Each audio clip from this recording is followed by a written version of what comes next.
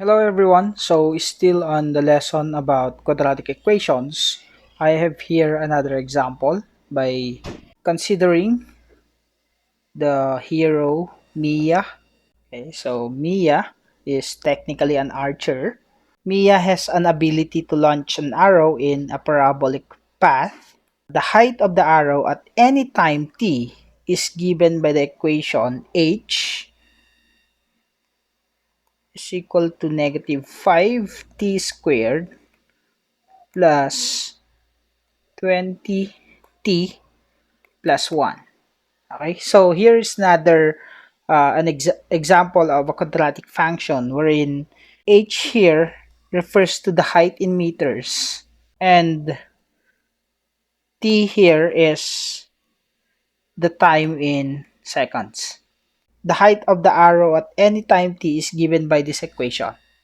Okay, so we could actually know the height of the arrow of Mia depending on the time that we are trying to consider. So, okay, so negative 5 here is the acceleration due to gravity in meters per second squared.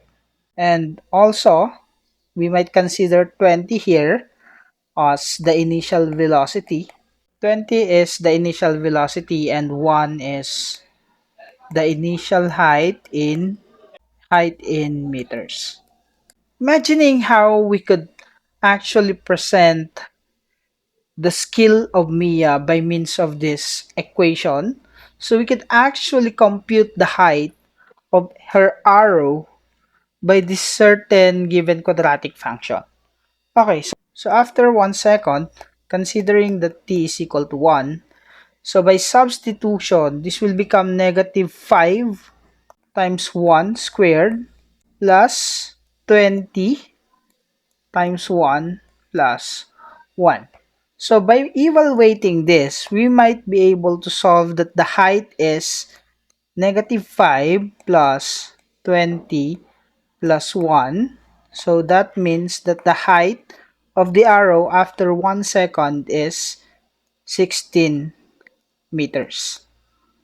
So that's how high the arrow after 1 second.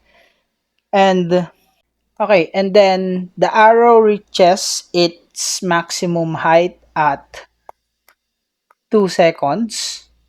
Okay, so by substitution, we have negative 5 2 squared plus 20 times 2 plus 1. So by evaluating that, we will have negative 5 times 4 plus 40 plus 1. By further evaluation, this is negative 20 plus 40 plus 1. So after 2 seconds, the maximum height of the arrow will become 21 meters. So let us show that by means of a graph. So considering the quadratic function a, showing that in a graph, after 1 second, we actually solve that the height of the arrow is 16 meters.